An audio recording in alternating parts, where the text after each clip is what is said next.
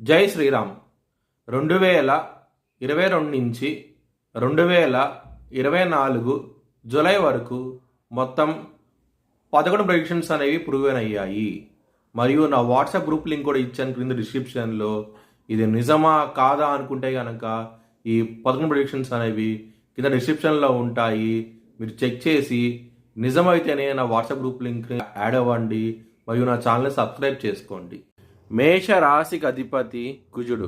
మేషరాశిలో భరణి 4 పాదాలు, అశ్విని 4 పాదాలు, కృత్తిక 1వ పాదం ఉంటుంది. ఈ నక్షత్రం వాళ్ళందరికీ నేను చెప్పే వార ఫలితాలు వర్తిస్తాయి. ఈ వారంలో లగ్నాధిపతి అయిన కుజుడు మీకు 2వ స్థానంలో ఉన్నారు. దాని మూలంగా కుటుంబ వ్యక్తులతో ఘర్షణ వాతావరణం అంటూ ఉంటుంది. కొంచెం జాగ్రత్త అంటూ ఎక్కువ తీసుకోండి. సూర్యుడు 16వ తారీఖు నుంచి ఆయన సింహరాశికి వెళ్ళటం మూలంగా లవర్స్కి మాత్రం చాలా ఇబ్బందులు అంటూ ఎక్కువగా ఉంటాయి. లవ్ కూడా బ్రేకప్ అయ్యే అవకాశాలు చాలా ఎక్కువగా ఉన్నాయి. కాబట్టి సూర్య అష్టకాన్ని చదువుకోండి, మీకు చాలా మంచి ఫలితాలంటూ ఉంటాయి. 2వ స్థానంలో గురువు ఉన్నారు కాబట్టి మనీ పరంగా మాత్రం ఎటువంటి లోటు అంటూ ఉండదు. ఈ వారంలో చాలా ఆనందంగా ఉంటారు. కెరియర్ పరంగా మాత్రం ఈ వారం అనేది అంత అనుకూలంగా లేదు. మీకు గ్రోత్ పరంగా ఇబ్బంది పడే అవకాశం ఎక్కువగా ఉన్నది.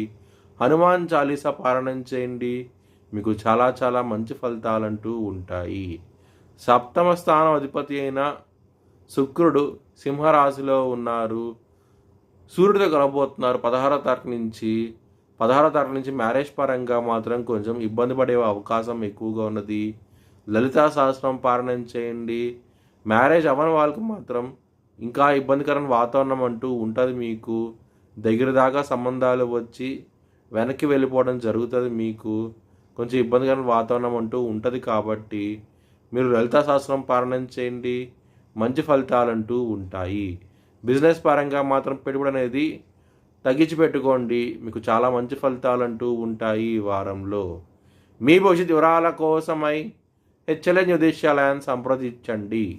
2024 భారత్ ప్రైమ్ మినిస్టర్గా నరేంద్ర మోడీ రీఎలక్ట్ అవుతాడని చెప్పి నేను మార్చ్ 2022లో చెప్పడం జరిగింది.